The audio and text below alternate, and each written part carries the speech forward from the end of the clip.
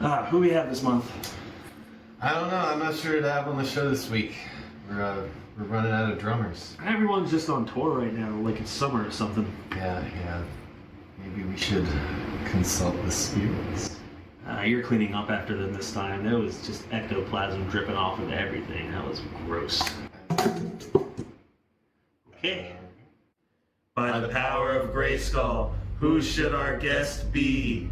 Morello, Blakey, Mitchell, Rich, Peart!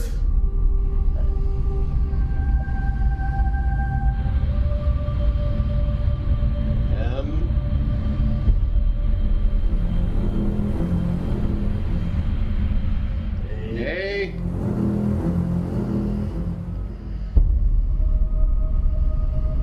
T.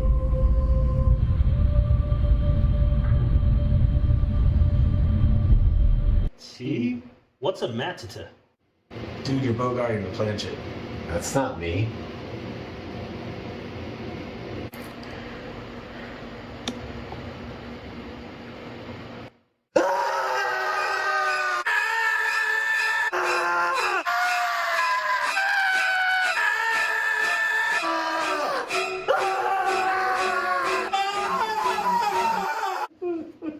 It's okay. It's okay. It's not. It's okay. Hey! I made it! For the thing, this is definitely planned. Although I was driving my car. Where the fuck is my car? What do you mean?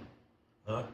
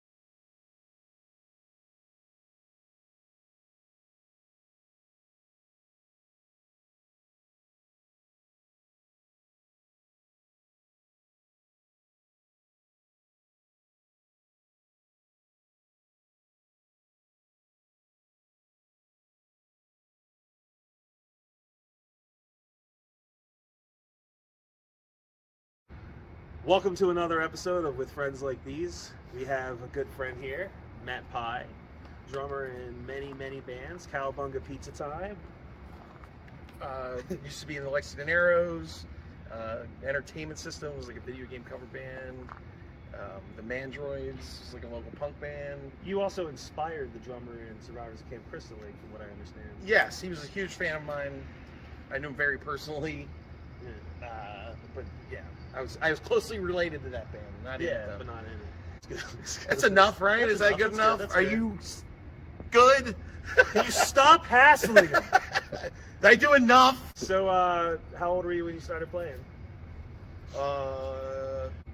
Time is awful for me, but so probably 20, I think. Like, I have 4 sisters and a brother, so like, growing up there was no space. And we all just lived on top of each other, so the idea of like me being like, I want a drum set is like crazy. It wasn't even on the radar kind of a thing, but I did when I was young. I used to make drum kits out of like trash cans and shit and break them, and like then that had to be stopped because I was like breaking all the trash cans. And then I remember it was something. This is actually a weird story, man. So I never played drums. I went to New York to see a friend of mine's uncle was in this band called the Rattlers, and one of the Ramones played in it. Oh no! He was in this band called the Rattlers, but he used to be in this other band with one of the Ramones. I can't remember which one. I'm awful. Yeah. But like they were like, we're going up to see my uncle. Do you want to come? And I was like, yeah, sure. And we ended up staying with them, and he played bass in this band. They were called like Tornado something. I can't remember. They had like their last show at CBGB's where the drummer was actually. Hold on a second. Okay. It's cool. We're keeping this in take. We're just gonna let that train pass by. Just go where you were. Okay. We're gonna. I say, we'll figure it out. So we went to see my friend's uncle's band play in New York, and they were playing at CBGB's, and it was their last show because their drummer was going to prison, and he was fleeing the country. And so we went. Give it away. I know, right? Well, he's long gone. This was so long ago. Yeah. This was like the summer after I graduated from high school. So we go to see this show, and it's one of my favorite stories because, like, I'm not a Ramones fan, and I used to play in, like, punk band and, like, the punk people, and I always had to just be like, I don't know. I feel like I played a Ramones cover show with you. Yeah, I know. I've had to learn a lot of bands I don't like, but there's just a moment where I'm in a basement standing next to Joey Ramone while he's like eating a piece of cake, and I have nothing to say to him. You know what I mean? I had absolutely nothing to fucking say. I was just like, yep, this is weird as all hell. It's one of the best stories ever told on the show. But that night we crashed at his uncle's place, and he had an electric drum kit because his kid played. Okay. So he let me like jam with him in the afternoon, and then I was like, well, I gotta buy a drum kit immediately. And that's when I bought a drum kit. Right on. So yeah, like, what was your first kit? a Pearl Export in Hell wine yeah. red, absolutely Nice. fucking classic. No, I had a nice 90s Export myself. They were great. Dude, I have since bought many a 80s Export, the full-length lug ones, Oh, yeah, because yeah, they're yeah. fucking awesome. That's They're the all thing. maple shells, Yeah. or birch. You can find birch Uh-huh. ones, and people sell them for nothing. Anyway. It's like they stopped. They discontinued their form and made like the Export. Well, it was new before cheap they brand. had, it was Yeah. before they introduced economy. Yeah. And so like it had the good lugs, and it was good wood. It was all great. Talk about your kit. Yeah, we're getting there, wizard. Yeah. Well, right now, this kit I'm using right now is just what I put together at my house. It's a Ludwig kit that I've just like pieced together over the years. Like I bought that kick drum from a dude that worked at Sidebar for like a really specific amount of money. He was like, Like the tall leather jacket. yes, Yeah, he played yes, guitar with the yes. stand when he fucked his. Yeah. Yep. And he was like, I want $42.67 for it, and he expected me to just give him $40, but I gave him the exact amount, and he was like, oh, okay. But I bought that from him. I found that, dude, the floor tom I found at a flea market 20 years ago or something at this point, where it was like a whole drum kit in this like shitty white and black stripe, like thick vinyl covering that somebody put all over it. And all of them were crap, but I could see the Keystone badge like poking, like the shape of it. And I was Yeah. like, oh fuck. So I took it home and was gonna fix it forever and didn't. So it just sat with that shitty wrap on it for a long time. And then the rack tom, I have a rack tom for that kit. It's a 13-inch, a 13 by 8. You can believe them.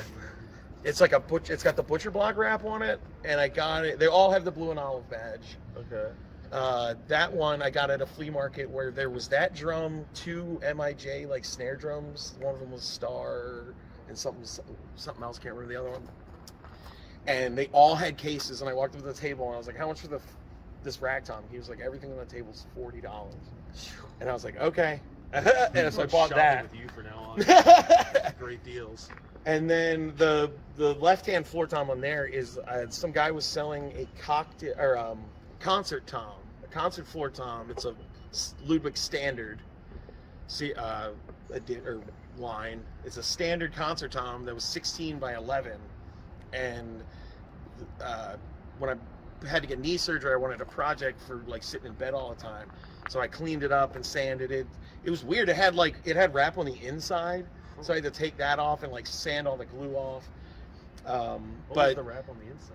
the same as the outside, like gold, sparkle. Weird. It was weird.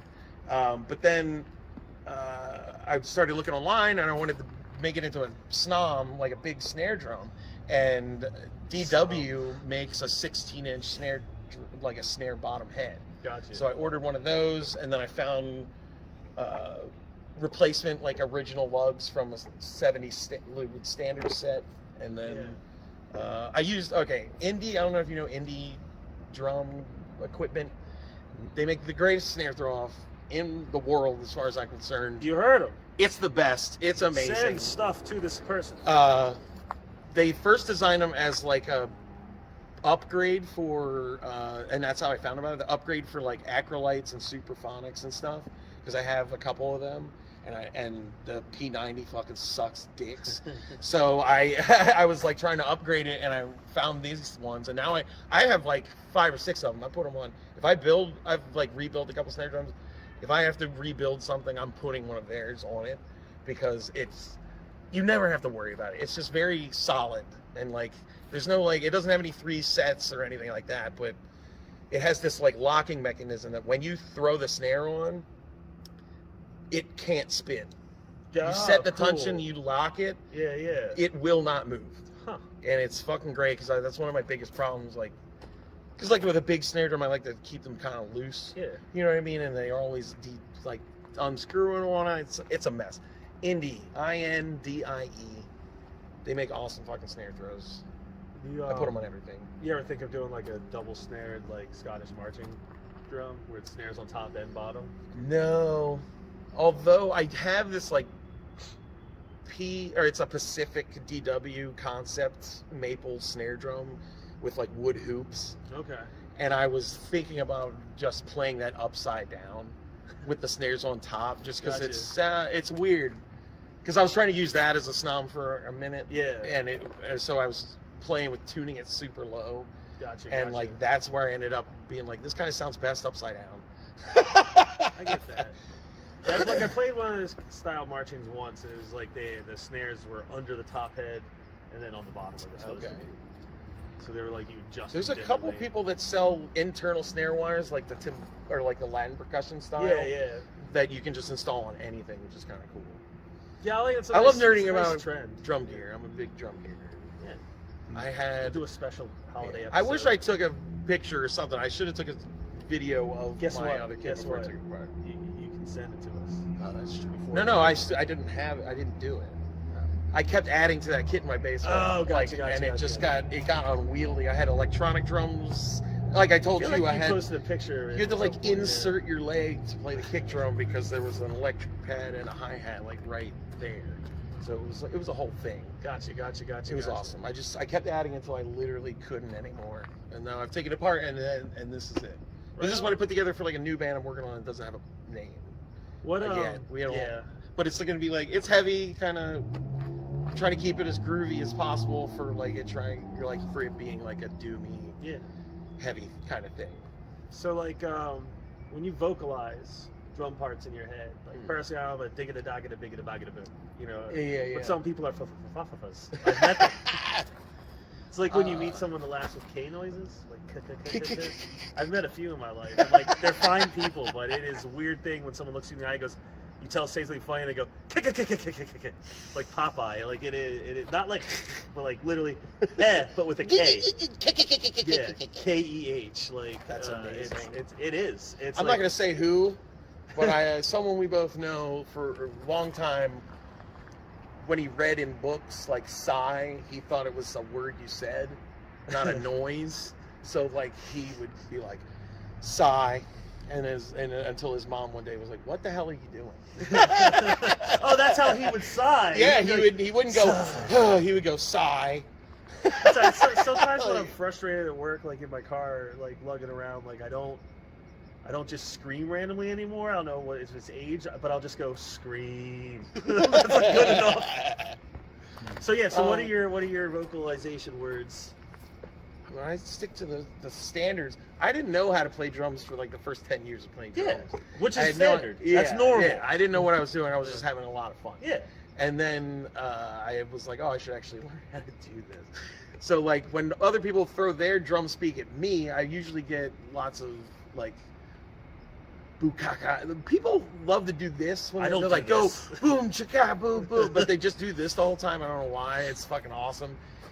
Don't do that. It's annoying. Don't just look at someone and go, 4 on the floor. Don't you know what that means? Because everyone uses a different term for 4 on the floor.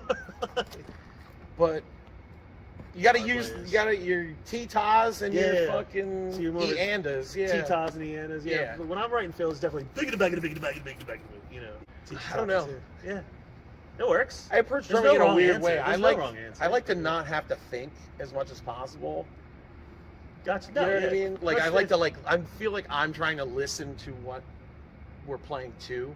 Yeah, I feel like that's why we play the drums. Quiets the noggin. Yeah, you just sit there and you're listening. That train, Ben? Yeah. It's you know. Quiets the voices. Someone's gotta slow down that internal commentary. So I'll either like a lot of times when I'm learning a song, if somebody's presenting me with a song, I'll just like play what comes naturally and feels right. Yeah. But like in a lot of my bands, we do like harmonized guitar solos and stuff, so you end up having to sit there listening to somebody go meow, like slow, so they can like do it and stuff. So and I got into like linear stuff, so it's like fun. Like there are parts like you'll listen to a song I'm playing on, and I'll do like a normal ass like just like go around the kit for a fill for a quick thing or whatever, and then like at specific parts I'll have very specific things that I'm playing because it'll be parts that I've had to listen to a trillion times. Well, and you know, drummer, you can't just sit still, so you like fuck around the whole time, and you start playing weird things while they're goofing off, and then you're like, this weird thing sounds cooler than a normal thing, and then you do the weird thing. Yeah. Kind of, you know what I mean? Like, speaking of, you want to talk a little bit on camera about those hoops? Hoops? Those there's this company out of Tennessee called Stack Ring Percussion that I found on Instagram like early on, and I've just been every couple months I just buy more stuff because they keep coming out with newer and more different things. Yeah. So like this is like a 13-inch cymbal crasher, I forget what they call them. They all have specific names. But you like put it in the rim of your snare drum, it mutes it a little bit, and you get all these cool like, you know, like metallic overtones on your rim shots. You can get them with jingles or not. I always get jingles, more noise is great. I have a 16-inch one on the floor tom on that kit. But I got like so many different things from them. They have these really cool things called K-stacks. It's a wood block with 3 pieces of, you know, there's like cymbal stack crasher things where it was just 3 pieces of like lead and you hit it. It's like that, but it's 3 pieces of cymbal, and it's on this wood block, and it has 2 ways to mount. You can either mount it like a wood block on like those, like the percussion, the 2 little pronged things for holding wood blocks. You can either put it on there, but it has a groove in it so that you can put it over the rim of anything. Oh, nice. So then it also acts as a form of muting because the wood block sits on the drum, and you can do like weird hi-hat accent things, or you know, like without going too far. Or like if you're just playing snare drum, it's a cool way to have a cymbal sound if you're just like you know, it's an all snare part, or Yeah. you're doing a weird gig that's just a kick and snare. It's Yeah. like a way, like if you have no Adds space texture. whatsoever, Yeah. it's a way to have another texture in like a small space. But yeah, they mostly make, when they first started, everything was made out of like broken cymbals, but now now it's a little bit more mass produced, but it's all fucking great stuff. They make this one thing that I really want to talk about that it's really cool. It's 3 cymbals. It's like a stack crash or something like Okay. that. Man, I'm so bad at remembering names and stuff. But like it's 3 pieces of steel, steel that are curved and held together with Gotcha. tambourine jingles, and Huh. it sounds like an analog 808 clap. Like it sounds exactly like, and they have 3 different sizes. Huh. It's like 14, 16, 8 or 14, 16, 20 or something. But yeah, it's insane because it sounds like, I've played it for people and they're just like, whoa, that's nuts. It Yeah. sounds like a sample. Yeah, It's yeah. really cool. I like that. Yeah, so that's I have tons of their stuff. I have all these things We'll to link drape them in the on. bottom. Yeah, I have, like Yeah. they sell bells to throw over stuff, which is fun. Sometimes I put I have a set of ankle bells from them, and sometimes I wrap it around my kick beater Huh. at home, which is kind of fun. Actually, yeah. And do like kind of like a boom, boom, boom, boom, and like try to practice Yeah. fucking shit over that. But it sounds cool with the little jangle, add a little jangle Yeah. to it. Any projects you want to, talk about while you're here? Got Yeah, gigs I mean, coming up or anything? Just- Cowabunga Pizza Time is playing at the Crown. This will be the 3rd time we've had or tried to have this show. It's happening this time. COVID keeps trying to stop us, but we're going to do it this time. It's Bedlam Brass, Cowabunga Pizza Time, and Garbage Masher, and Infinite Pizza. Because before the pandemic started, we recorded a split with Infinite Pizza, where it's 2 originals and 2 covers of each other. No, nice. So we each covered 2 Like songs the from old each other. splits from Yeah. early 2000s. Yeah. Like we thought that was cool, but we recorded it and then the pandemic happened, so we've been trying to have a release for it for a long time. But that's on March 31st at the Crown. It's gonna be fucking awesome. 2023. So if you're watching this in 2024, Yeah, you missed out. Sorry. Yeah. Maybe it's on YouTube. I have no idea. and Cowabunga Pizza Time, that's not like a regular band either. Oh yeah, Cowabunga Pizza Time started from a joke for well, not a joke. We used to do these nights at the wind-up space on North Avenue where somebody would pick a movie to show, and then you'd theme the whole night around it. We kept making bands for it. There was like a McDonald's band and I remember that. Jurassic Park band that band was called One Big Pile of Shit, which was awesome. But there was like a band for each movie, and we had been talking about a Ninja Turtles band for a while, and then they were doing the Ninja Turtles night, and we were like, well, all right, we'll just do the Ninja Turtles band. And it's been awesome since then. I mean, we sort of started, we're mostly inspired by like Turbo Negro in a weird way. We did like a Turbo Negro cover set, for More Halloween synth. one year. A A lot more synth, a little bit more synth, more but Saturday like morning. the energy, I Yeah. think, is the same. Yeah, Trying for, it's fun. Turbo Negro, but appropriate for Children. Saturday morning cartoons. Yes, Yeah. yes. Can't imagine. We did get a copy of our first album to Laird. I forget his name, not Eastman, but Laird was doing like a nice. signing. He was doing a signing at Baltimore Comic-Con, and our guitarist brought him an album Nice. and gave it to him. So you He's guys like, got sued? No, I'm I just don't know. joking. He might probably never listened to it. I have no idea, but we Yeah. got it to him. Yeah. And he got like a trade he had signed Nice. from the Eastman and Laird stuff. But yeah, it's we used to give out pizza pre-pandemic. Now we have a new gimmick. Do you remember when Radical Discharge used to throw out beers, right? Yeah. Like, that was their thing. And then I can't remember I think I'm leaving names out, but they accidentally pegged some lady who got in the way of a beer. Ooh. And so that's when they switched to throwing pizzas. If I remember Yeah. correctly, this is a long time ago. It's getting dark out. Yeah. It has hopefully gotten you can still see us. noticeably. It has Thanks gotten for noticeably doing darker. that. Yeah. Thanks for asking me. That was I fun. haven't seen Matt, I think, in person since It's been a really long time. 2020. Yeah. So this has been great. Nice. Thanks for tuning in. There's going to be some sort of jam coming up next. I guess I should say we were playing Roundabout earlier. Oh yeah. We were playing the album version of Roundabout by Yes. Buford on drums. Big Bill. How'd you feel about that? He's a weird drum player. I felt good about what we did. That's all right. Learning the song was weird. Not to burn bridges, but he's a little pompous in interviews. But like, he doesn't, not me. I'm happy to be there. He's a YouTuber. We got to become friends. Is Buford a YouTuber? Yeah, he's got a YouTube. Oh, crap, he's gonna beat me up. I like Bill Buford. I'm just saying in some interviews he comes off a little like. So hopefully all that'll get cut out. Thanks for tuning in to another episode of With Friends Like These. Hey! Yeah.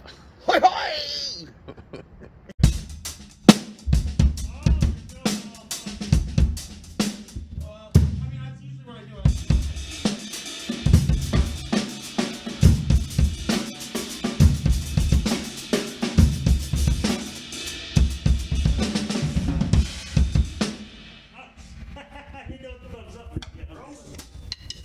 That's my favorite group to sit in. Yeah, man, it's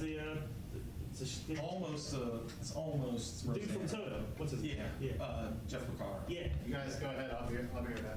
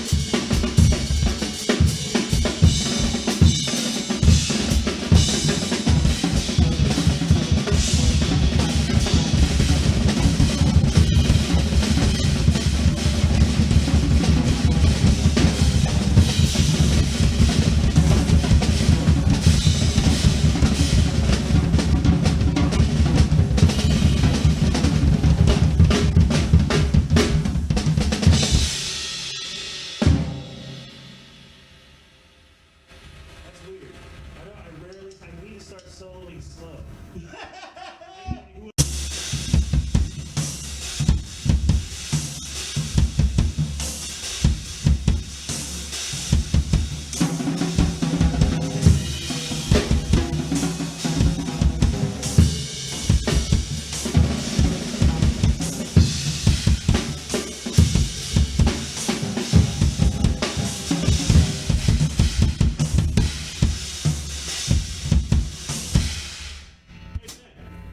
You don't have your cymbals here, do you?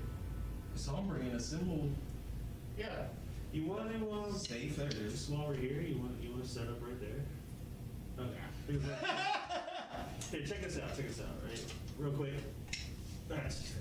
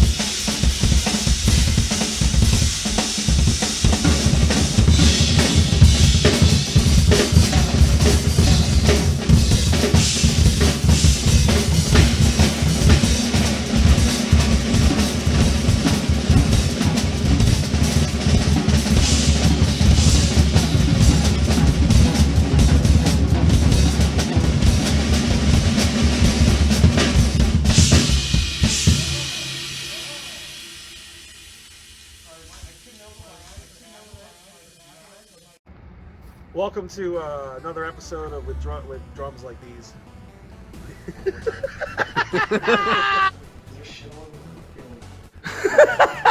I know. that mask off. Yeah, you're So, fine. I'm like pulling bits of my lip off right now. They're all over my shirt. I hope that got filmed. It did. Good. Welcome back. Consult the spirit.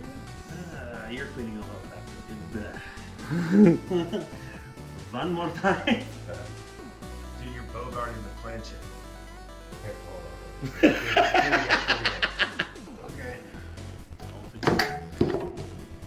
Okay. Peart! 1, 2, 3. Peart! Do your Bogart in the planche. That's not me. But by the powers of Grace Skull. Do you really want to do that? I'll fight with that. Yeah. By the power of Grey Skull, who should our guest be? One more time. Like snap your fingers once, so we go like at the same time, Okay. and then we back at each other, then back at the camera. Okay. Let's say it. Blakey, Morello, Mitchell, Rich, Peart. Yeah? Yeah. Okay. Hey, what? Because after this, I was Did you looking. get that? Did you get that? I think so. After he Don't do it in French. Okay.